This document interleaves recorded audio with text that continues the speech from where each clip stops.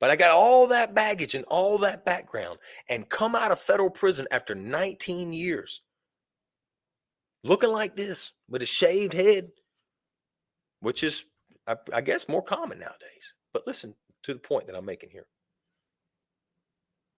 Before I ever left the federal halfway house, which means that I am still in federal custody while I live in a federal halfway house. I have 2 roommates that we all live in this room together. Okay. I'm riding a bicycle because I don't have a vehicle. I hadn't had a driver's license in 20 years. I didn't have a big bank account. None of those things existed. None of those things exist. Listen. Before I left the federal halfway house where I was at for 6 months, only 6 months, having been in prison for 19 years, in a community, in a city that I'd never been to, ever, ever. I'm not from around here.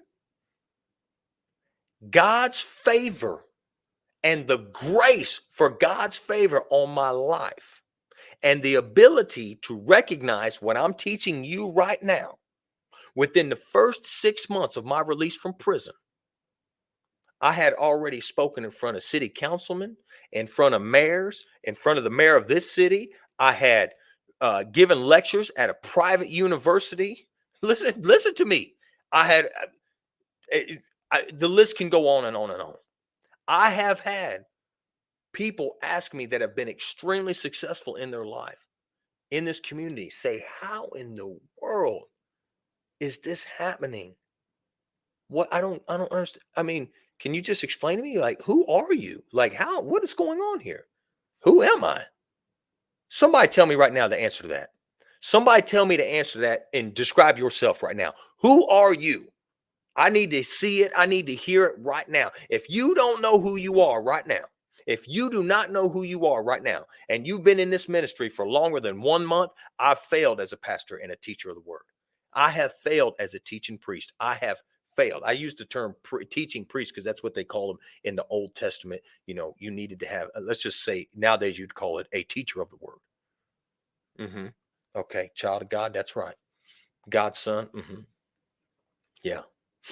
Okay, somebody say it. Please, somebody say it. Yeah, yeah, yeah. Praise God. That's a good one. I see a bunch of good ones. Here's the one that I like. Here's the one I like. I'm a child of God. I'm a son of God. And I believe that I'm God's favorite. That's the one that I like. And that's the one that I want every single one of you to have. Okay? That's not bragging. Do you understand that you are the apple of God's eye? Each and every single one of you, with all the imperfections that you believe that you have, that you are the apple of God's eye. You are the apple of God's eye. You are God's child. You are his son. You are his daughter, and you are his favorite. And that is who you are.